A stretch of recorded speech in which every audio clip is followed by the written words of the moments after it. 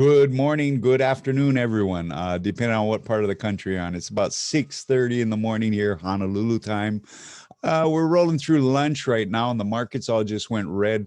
Big Fed announcement, right? At 2 o'clock in about an hour. So we'll see how that goes. About an hour, 15 minutes. The market started out a little bit bullish, right? The Dow was a little red, but the S&P was fighting out real well. The Nasdaq was up. We told you yesterday we started a little short, and we kind of built into it this morning. We shorted Twitter. Um, Twitter just went red. Our energy plays, we're going to stand pat in our energy plays through this announcement and stuff. And that's really all we have on the board besides our long stocks right now. And if you're interested in long stocks, you can go through the stock of the weeks and stuff if you want. We're set up and we're going to just see how this goes through. Basically, the only thing we're trading right now is that short on Twitter. We think Twitter's been in a pretty substantial downturn since that downtrend, I should say, ever since it hit that $80 high a few weeks back. We'll see how that works out, but that's what we're playing right now. Other than that, we still got the ET, the MRO, and the Suncor SU options that are out to the middle of summer at the closest. So, and those are all looking real good. So we got a good oil report this morning, right? Supplies are down. We know consumption's up. And we know consumption's going to keep going up as things are opening up. They just opened up California yesterday, I believe, and India is starting to make some progress against the COVID. Japan, hopefully that loosens up a little bit, and then it's really going to start kicking in here, guys. Other than that, I just don't have a whole lot right now. Bitcoin's kind of back at that 38,000 level. It's still in that gyration. Well, you know what? Let's go take a look at some charts. Why not? Hey, you can see there's your markets at the moment. Let's refresh that. You can see that Dow's really dropped. Since this morning, it's down about 100 points. The S&P was flirting with green for a while, and it just gave it up.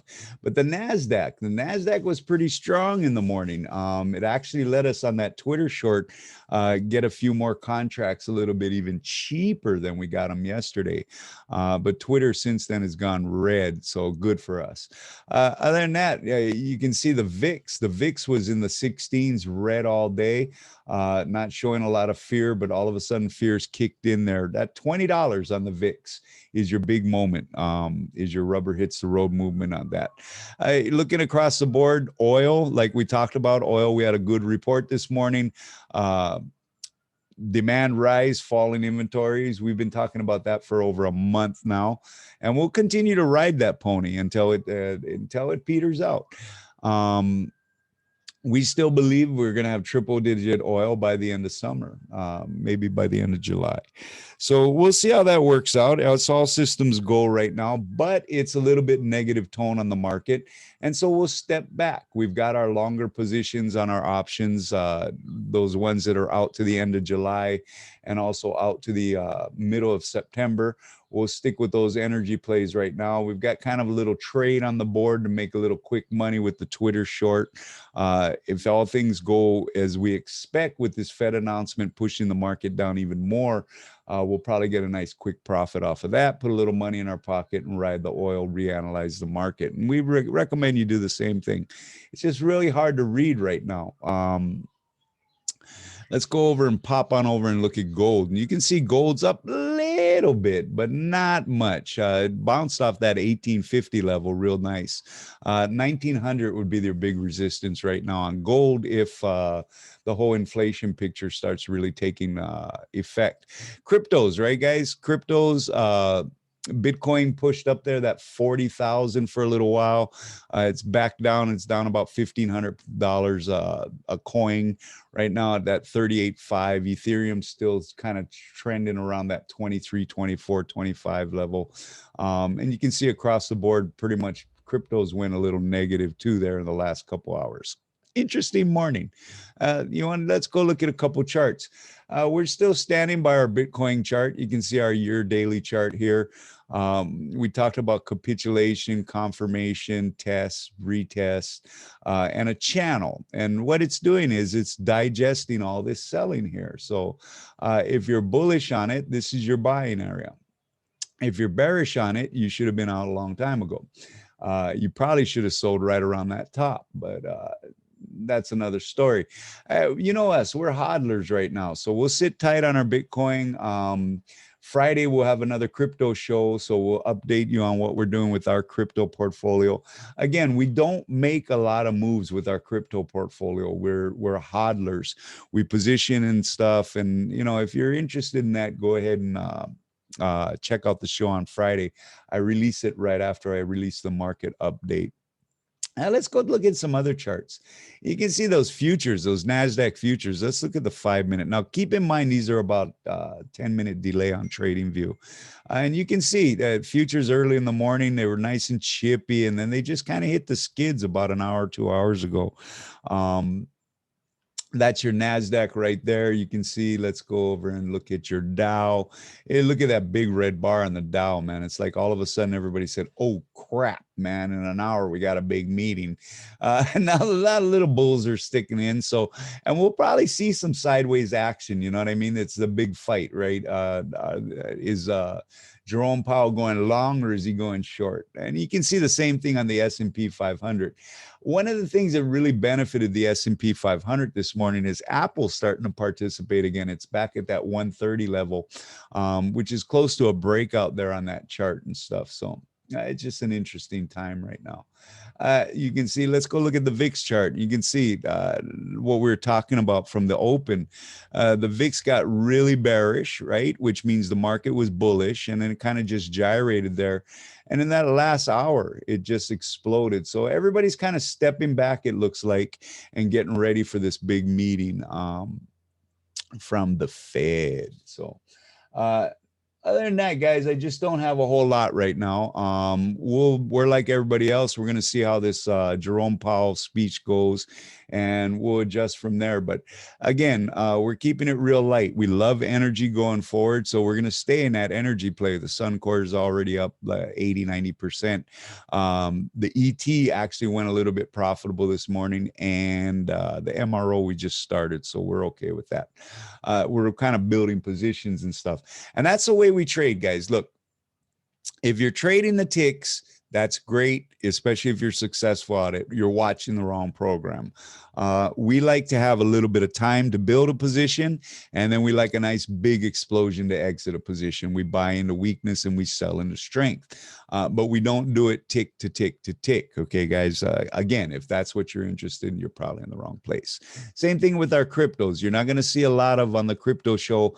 These are the 3 coins you got to own in 2021. You're not going to see that. Okay, you're going to see normal portfolio building, and we recommend that to you guys. I meant to mention this yesterday in the show.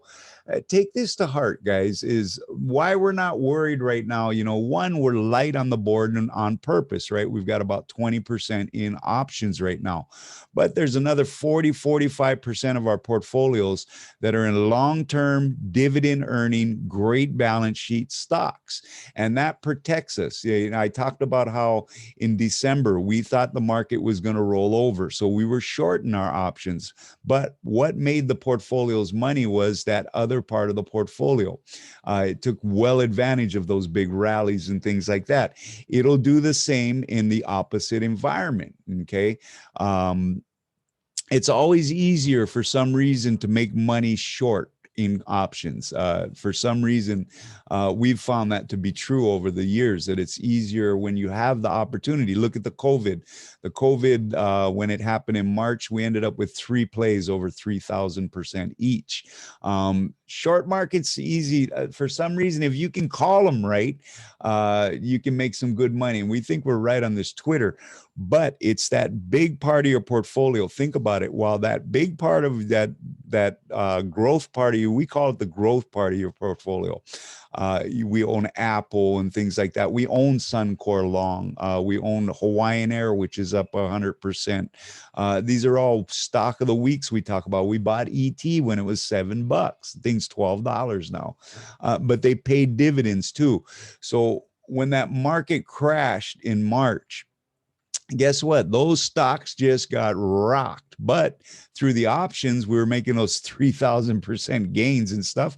That kept everything right.